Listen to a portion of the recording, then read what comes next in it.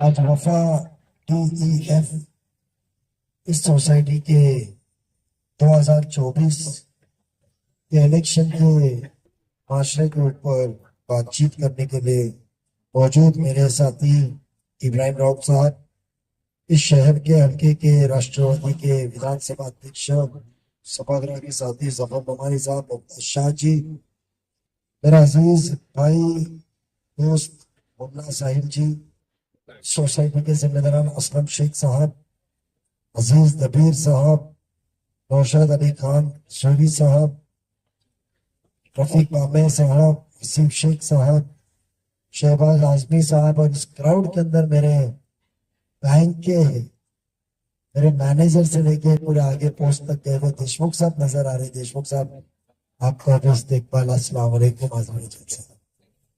खुशी हो गई, इतने साल बाद नजर से देखा, थोड़ी दाढ़ी बड़ी हो गई देशमुख साहब।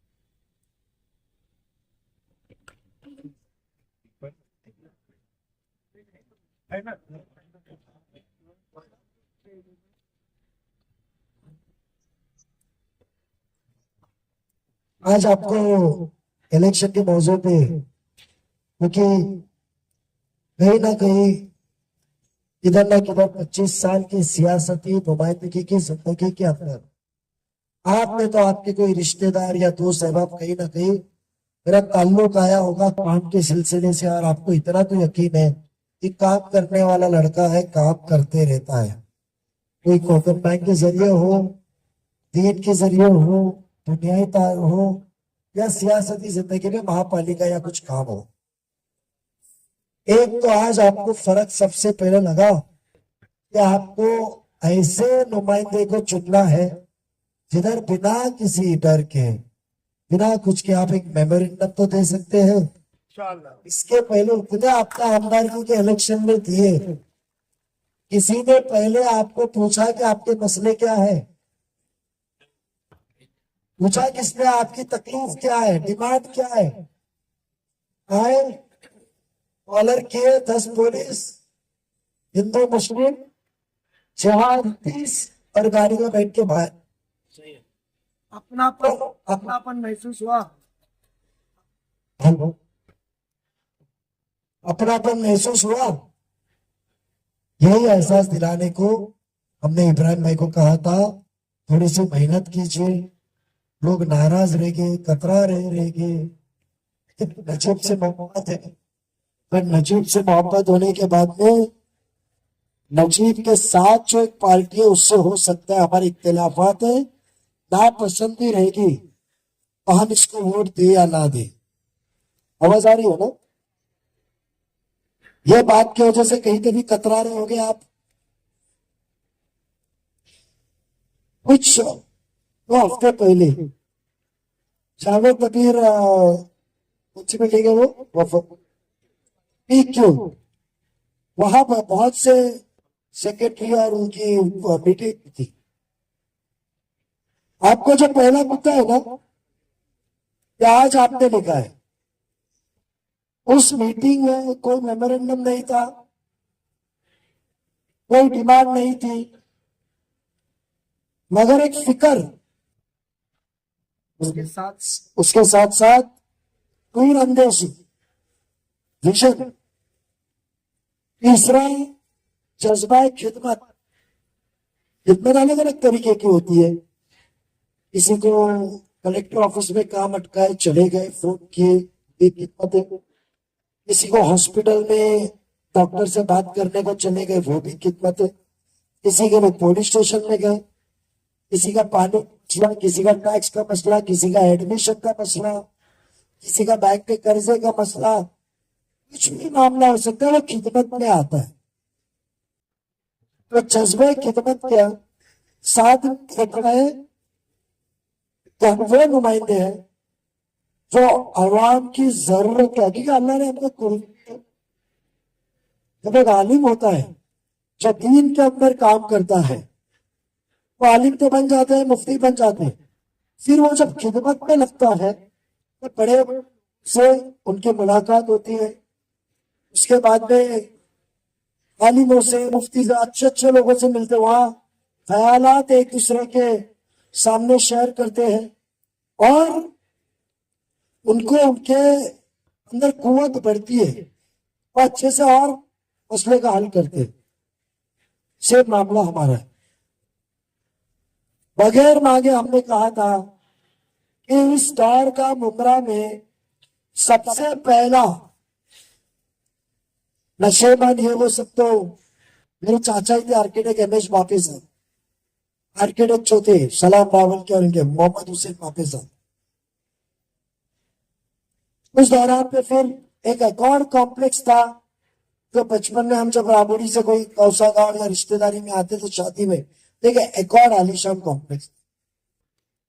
लोग मुंबरा के उस दौरान में वफा पार्क देखने को आते थे।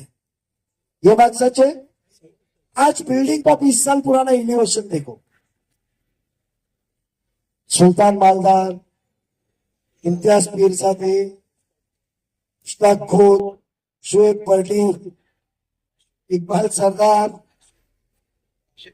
राशिद खान, क्योंकि वो वफा के आपके सब चेक कोकन बैंक में गए थे। इनका अकाउंट कोकन बैंक में था। बराबर है ना देशमुख साहब? वफा का उस दौरान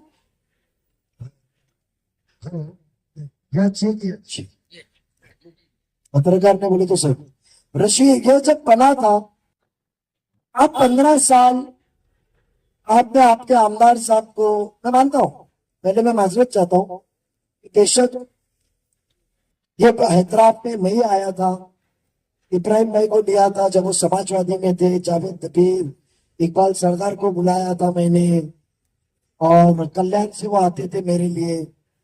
यह मेरा ननियाल कल्याण है, डोन फैमिली का, हमने डोन फैमिली के कल्याण की, तो वो उनको बुलाते थे हम लोग और मेहनत करते थे, मैं मानता हूं। बट क्यों अलग हुआ वो मुख्तसर आराम से आपको बताऊंगा। बेशक आपको, आप ये कहोगे कि बेटा तूने अच्छा किया। आज वफा बनने के बाद 15 साल आपने शादी में बुलाया होगा, बड़े बड़े हदीस के बयानात, बीजेपी का कितना डर है, कितना इस देश खतरे में है, इस्लाम कितना खतरे में है, ये बातें आपने सुनी होगी। वो इंसान को कभी लगा कि हर सोसाइटी की, हर बिल्डिंग की एक उम्र होती है, जैसे एक इंसान की उम्र होती है। हमारी हयाती अल्लाह ताला के हाथ में, इसको 30 साल का सर्टिफिकेट इंजीनियर देता है। तभी उनको लगा कि ये बिल्डिंग कल खस्ती हालत में होती है तो ये वो मालिक जिसने बनाया उसकी मोहताजी आएगी आपके सर पे, क्योंकि जमीन आज भी आपके नाम पे नहीं है। ये बात सच है। इसीलिए आपने पहला मुद्दा लिखा, क्योंकि जमीन आपके नाम पे नहीं, उसके लिए पहला मुद्दा निकला कन्वेंट स्ट्रीट। क्यों मोहताजी चाहिए? ये बिल्डिंग लीगल है। तभी उनको लगा कि यह आवाम ने आपके ऊपर एतबार करके, मैं 2 अंदाजों में बोल रहा हूं, मैं आपको आपके मसले बता रहा हूं। वो स्थानिक आमदार चाहे जिहाद, बीजेपी, इस्लाम, दीन, विशालगढ़, चाचा मनियार चाचा, ये जो बात कर रहे, जो आपके पास आ रहे हैं बीजेपी के नाम से हमारे बारे में बदगुमानी फैला रहे, वो 15 साल में उनको कभी लगा ये कन्विंस करे नहीं। उनको कभी लगा कि 2.5 साल में हाउसिंग मिनिस्टर हो, हाउसिंग मिनिस्टर ऑफ महाराष्ट्र, वो ऑफिशियली म्युनिसिपल कमिश्नर को बुला सकते हैं, बात कर सकते हैं कि यह आवाम को मुझे ओसी देनी चाहिए। ये लोग जिन्होंने मुझे वोट नहीं दिया होता तो मैं मंत्री नहीं बनता, पैसे नहीं कमाता, पैसे नहीं कमाता तो मैं आज इलेक्शन में हर सोसाइटी को, सेक्रेटरी को पाकिट नहीं बेचता, वोट 2000 में नहीं खरीदता। ओसी नहीं आ सकती, ओसी आ सकती थी, आपकी ओसी है। इंशाल्लाह आप एक बार भरोसा करो, ये गेट के बाहर निकलने नहीं दूंगा। सब्जेक्ट टू कहां आपकी हाजिरी लगे, आपको ओसी भी लाके दूंगा, आपको कन्वेंस भी करा के दूंगा। क्योंकि क्योंकि आपकी सोसाइटी, मैं कानून बताता हूं। Power off. Work Bluetooth mode.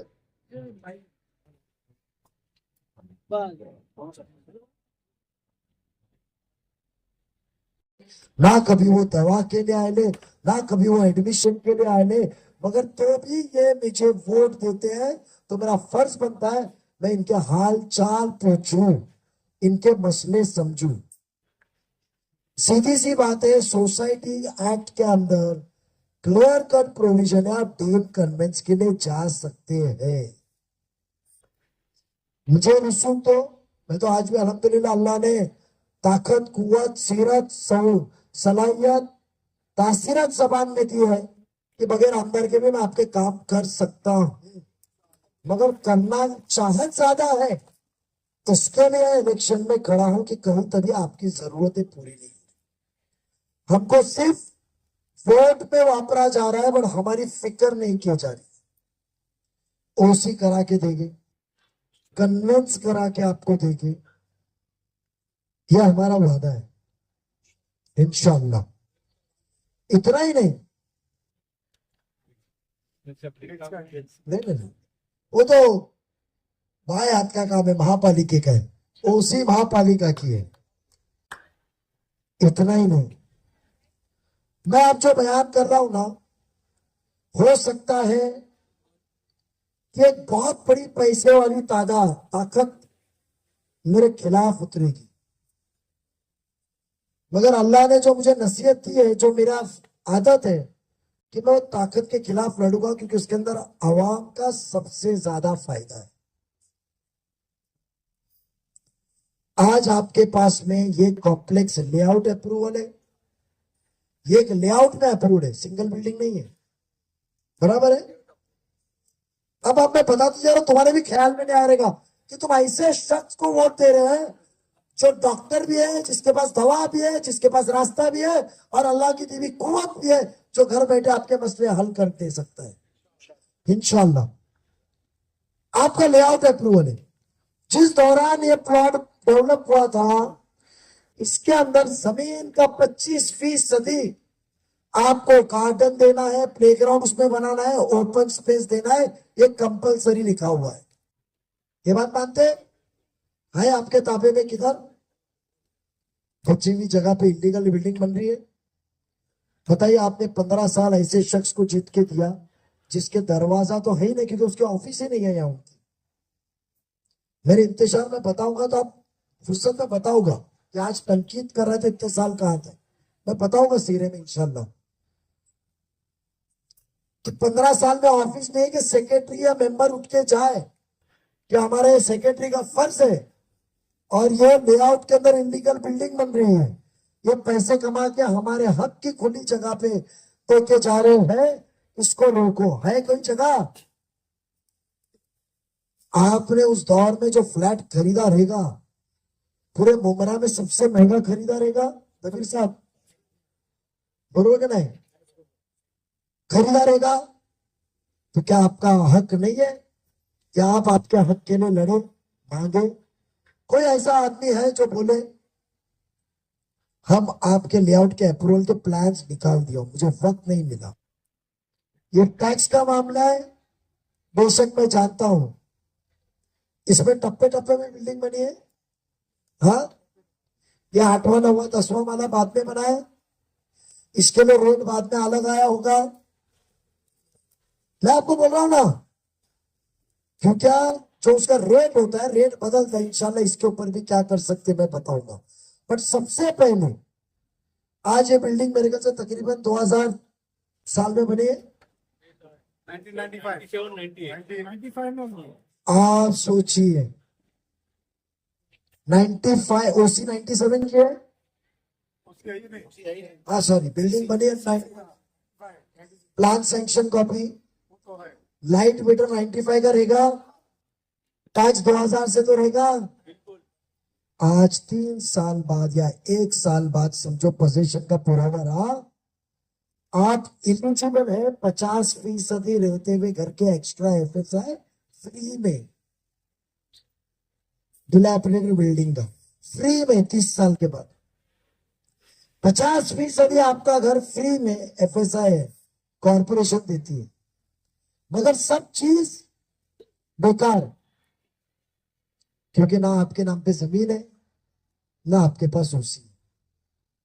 तो क्या आप ऐसा नुमाइंदा चुन के नहीं देना चाहेंगे जो अपनी जेब भरने से ज्यादा आप लोगों को सहूलत दे और आप लोगों की जेब भरे? आप नहीं देना चाहोगे?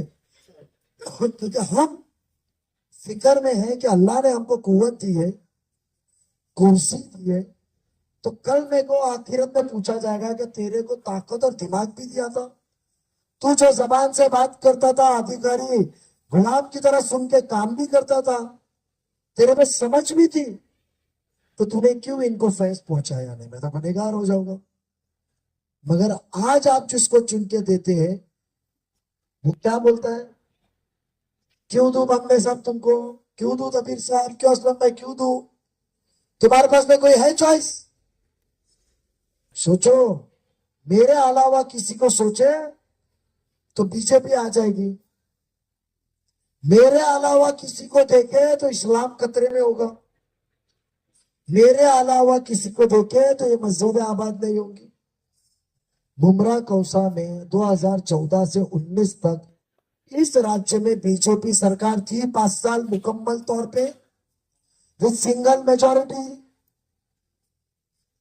भले मैं मानता हूं उस दौरान पे राष्ट्रवादी ने साथ दी थी, पवार साहब ने।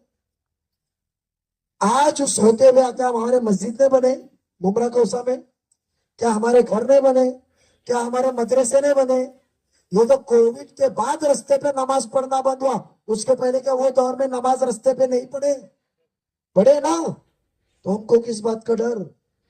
और आप घड़ी निशानी पे वोट मांगने आए हम लोग, क्या आपके पास में हम कमल पे मांगने हैं, घड़ी की निशानी पे मांगने हैं? ये बात सच है।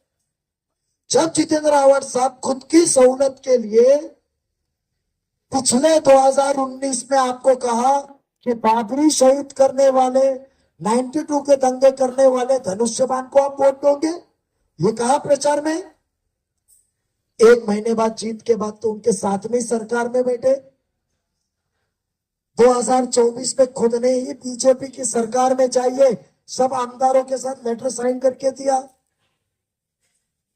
उनकी सहूलत में गुमराह, जबकि हमको यह सिखाया जाता है गुमराह करना भी लोगों को एक गुनाह है। जैसे सही है ना, गुमराह करना भी गुनाह है। आलिम कहते गुमराह मत करो लोगों को, गुनाह है। यह गुमराह करे। मुझे पता है कि आप आपका नुमाइंदा आपके कौम का क्यों नहीं चुन सकते। आप बहुत से रत्नागिरी से ताल्लुक रखते रहिए, रायगढ़ से रखते रहोगे, या आजमगढ़ या बहराइच या गोटिया से रखते, अपना गोटा से रखते होगे, सिद्धार्थनगर से, वहां वोट कैसा होता है? ठाकुर ठाकुर के लिए लड़ता है, यादव यादव के लिए लड़ता है, रानी वानी के लिए, कुंडी कुंडी के लिए, मराठा मराठा के लिए, कोकन में। तो एक मोमिन की तायद किया तो बीजेपी का हो गया। यानी मुसलमान की तादाद ज्यादा है। हमने 2 साल पहले सब्जेक्ट गए थे भाईजान, क्या मांगे थे कि हमारे पास 52% है, सिंधुदुर्ग से लेकर पालघर तक, पालघर से लेकर नासिक, नगर, पूना, सोलापुर, कोल्हापुर, सांगली, सातारा, नांदेड़, उस्मानाबाद, ये सब जिलों में एक मुसलमान आप हसन मुशर्रफ को देते हो, वो भी गैर पसंद करते, हमारे हिंदू भाई लोग पसंद करते। इसके लिए हमारी एक ही वाइट सीट है, जिधर बम्बई छोड़ के 50% अगर मुसलमान है, जब मराठा अपने हक के लिए लड़ता है, हम भी अपने हक के लिए लड़ता है, यादव अपने हक के लिए लड़ता है, हमारे में तो ये तबका नहीं है, हम तो मोमिन जो एक है, ये हमको सिखाया गया इस्लाम में। तो हम हमारे लिए सीट मांगे तो कोई गुनाह किए? और जब आप, मैंने पवार साहब को कहा, पवार साहब के बीच में जब पार्टी टूटी नहीं थी मार्च महीना 2023 में कि साहब हम क्यों ना, मुझे मत दो, मशाल चिंगारी मैं चलाया हूं वो हक के लिए, मुझे मत दो, कोई तभी मोमिन को दो। और आपके आवाज सबको बोलो कि आप इतनी बड़ी बातें करते हैं, आप इतने महाराष्ट्र के नेता है, वे मुसलमान को कलवा से आप वोट दिलाओ और उसको जिताओ, भले सैयद अली भाई साहब को दो आप। जब हमारे को हमारे हक की, हमारे हिस्से की जरूरत है तो सेक्युलर नाम का एक शख्स आ जाता है, कम तादाद में तो पूछना ही मत। तो हमने सिर्फ वोट देने का ठेका लिए, हमने किसी वोट देने का ठेका लिए, हमने क्या मोहताजी का ठेका लिए क्या दूसरे के दरवाजे पे जाए? आज अपने कौम के लोग हैं, अपने इसके लिए सोच के आया ना मैं इनका काम क्या कर सकता हूं। ये गुर्मी को तोड़ना, आप महाराष्ट्र के अंदर इतिहास बनाने वाले, आज नजीबुल्लाह को जिता के पूरे महाराष्ट्र में एक रास्ता बताओगे कि जहां छोटे मोहल्ले हो, बड़े गांव हो, छोटे गांव हो, जहां हमारे मोमिन माइनॉरिटी के लोग हैं, उनके वोट दूसरी जगह जा सकते हैं, बशर्ते आप काम करो, हमारी खिदमत करो, गुरूर और तकब्बुर से दूर रहो। आप हमको टेक फॉर ग्रांटेड मत लो। 2 दिन पहले एक मिल्लत टाइम्स करके कासमी, तबरेज कासमी ना, दिल्ली के शम्स तबरेज कासमी साहब का इंटरव्यू था मौलाना सज्जाद नोमानी साहब के। उसमें उन्होंने क्या कहा?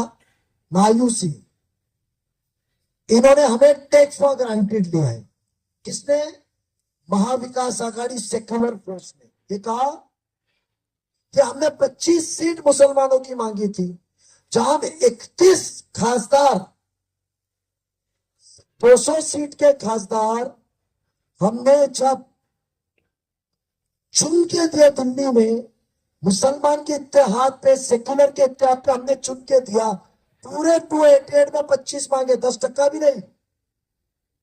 तो आपने हमको डिनाई किया। एक सीट थे शरद पवार साहब ने उलेमाओं की मीटिंग में थे, और वो अजित पवार जिसने चिल्ला चिल्ला के कहा कि मैंने मेरे सेक्युलर शाह फुले अंबेडकर को कॉम्प्रोमाइज नहीं किया, मैं बीजेपी की सरकार में गया, अजित पवार ने कहा तो मेरी शर्त यह थी कि जब तक अजित पवार कैबिनेट में रहेगा मुसलमानों को महफूज रखेगा और आवाज उठाएगा।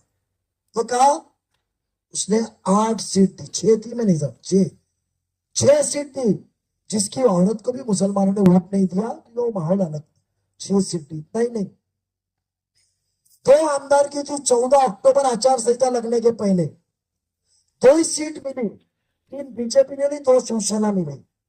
वो तो एमएलसी है, उसमें तो आप लोगों की वोट की जरूरत नहीं है।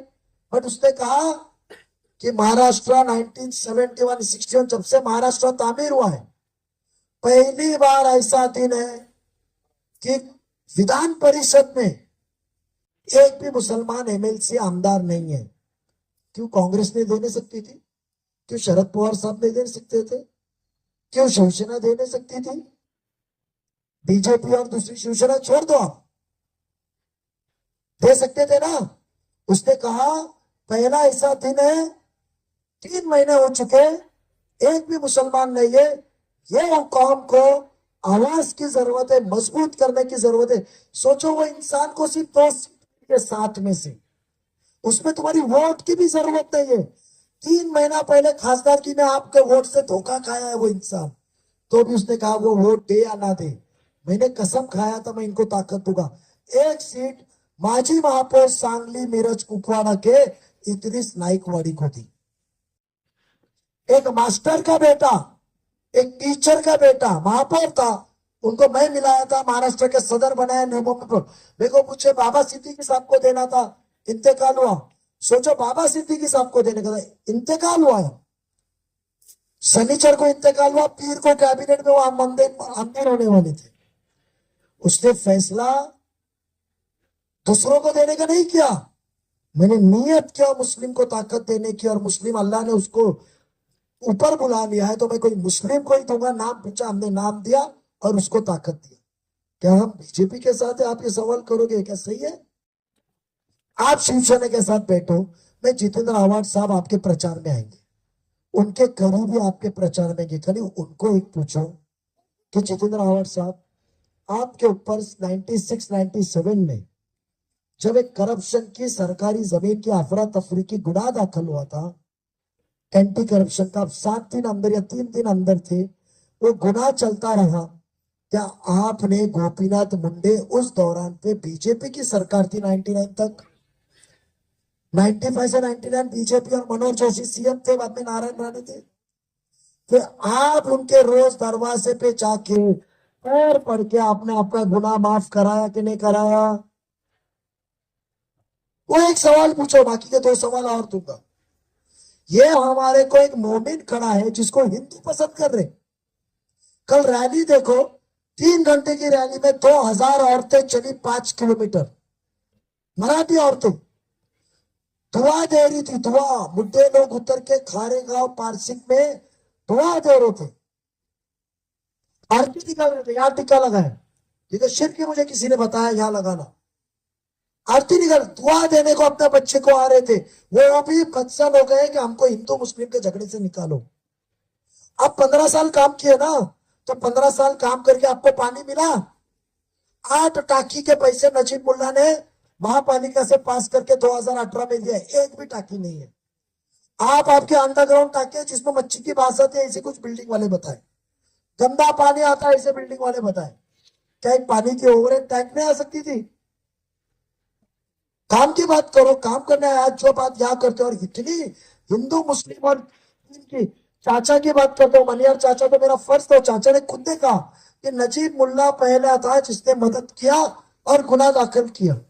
जब एक पत्रकार ने तुमको फोन किया तो दूसरे दिन गए वीडियो बनाए। मैं क्यों वीडियो बनाऊं? मेरे कौम का काम है, मैं क्यों बनाऊं?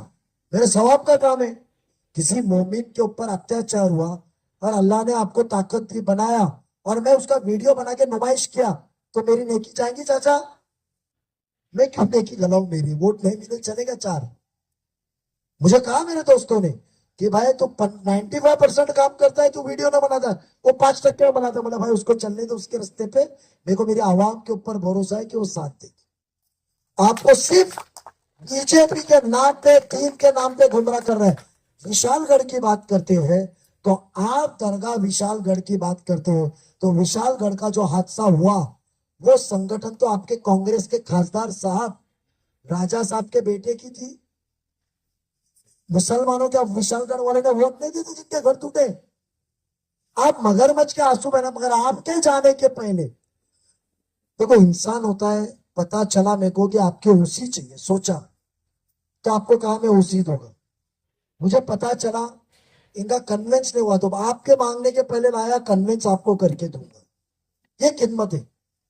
बगैर बुलाए तीसरे दिन अजीत पवार साहब शाम को विशालगढ़ पहुंचे, पूरे डिपार्टमेंट को लेकर पहुंचे।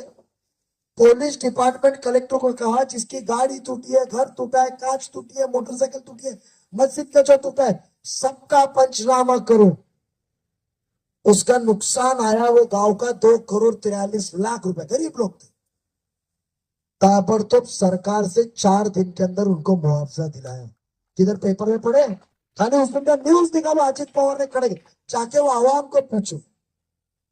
तो हमारी सीरत अच्छी है, सलाहियत अच्छी है। आपके रिश्तेदार पनवेल में होंगे, पनवेल गांव में मुखित काजी साहब, पटेल साहब, नवीद पटेल, और उनको पूछोगे नजीब मुल्ला और अजीत पवार ने कैसे वो मोहल्ले की मदद की, जबकि वहां आमदार तो प्रशांत ठाकुर था।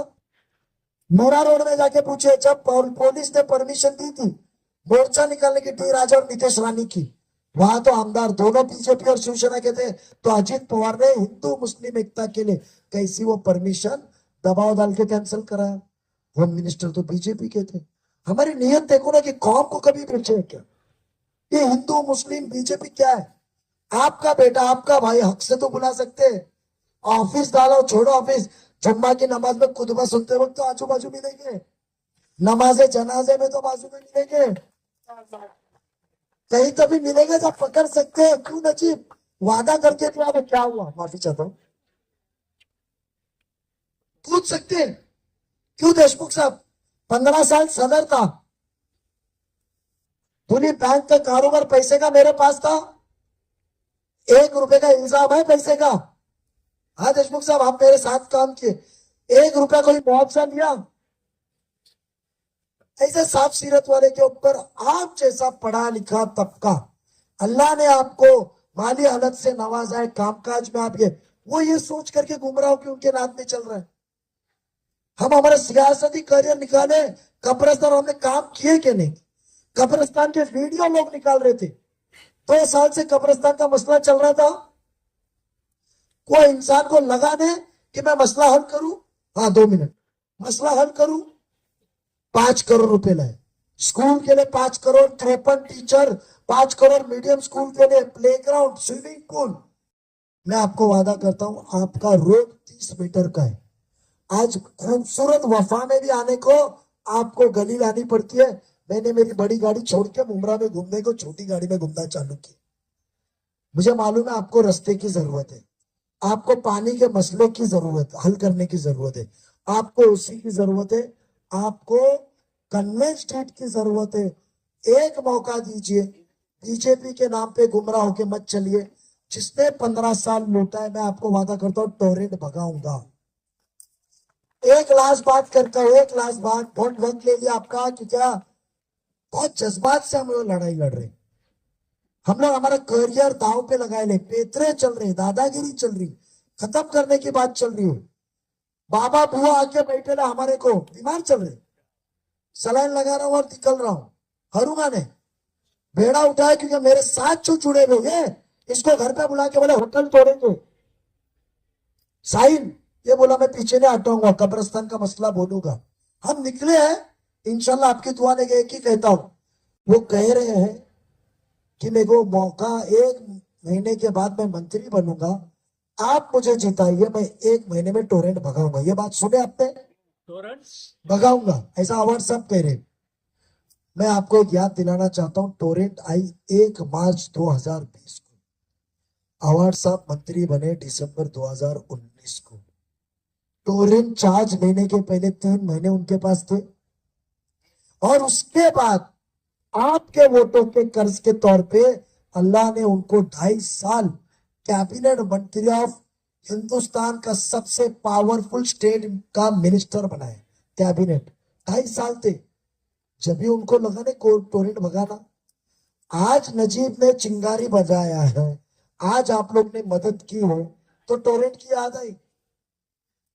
ऐसे झूठे इंसान को आप फिर से गुमराह के वोट देना चाहेंगे कि आपके बेटे आपको भाई को घड़ी को वोट देना चाहेंगे? ये फैसला आपका। मैं सिर्फ 2 चीज कहूंगा कि आप मेरी को दुआ में शरीक रखिए जरूर। मैं तो अल्लाह से रोज दुआ मांगता हूं कि अल्लाह इनको दिल में मेरी सच्चाई का यकीन दिलाए कि ये घड़ी के निशानी के ऊपर वोट देके जो तब्दीली इस आवाम को लाने की है, जो ताकत अल्लाह ने मुझे दी है, वो खिदमत के लिए मुझे मौका दे। 20 नवंबर को घड़ी को याद रखेंगे। यही कह के मैं अपने अल्फाज खत्म करता हूं, और ये जो वादा है ये मेरा फर्ज है। इंशाल्लाह ये मैं तो ऐसा भी कर सकता हूं, मैं कर दूंगा, आपको वकील दूंगा, एप्लीकेशन दूंगा, असलम भाई को मैं ये करके दूंगा, आपको उनके हाथ से आए थे इसके लिए असलम भाई मैं करके दूंगा। मेरा मोबाइल नंबर ले लो, मैं फोन उठाया नहीं तो टेक्स्ट मैसेज करना। व्हाट्सएप में देखता नहीं हूं, मुझे व्हाट्सएप देखना है तो लोग टेक्स्ट करते कि आप व्हाट्सएप चेक करो, मैं व्हाट्सएप देखता नहीं हूँ। टेक्स्ट मैसेज करो, मैं रिप्लाई करूंगा। और बेशक दुआ के साथ साथ उम्मीद रखो घड़ी के निशानी को वोट गिरेगा। और आपको जो कहा अल्लाह को गवाह रख के सच कहा, खुले आसमान के नीचे कहा, क्योंकि हमें कब्र के अजाब का डर है, आखिरत का डर है। अल्लाह हाफिज।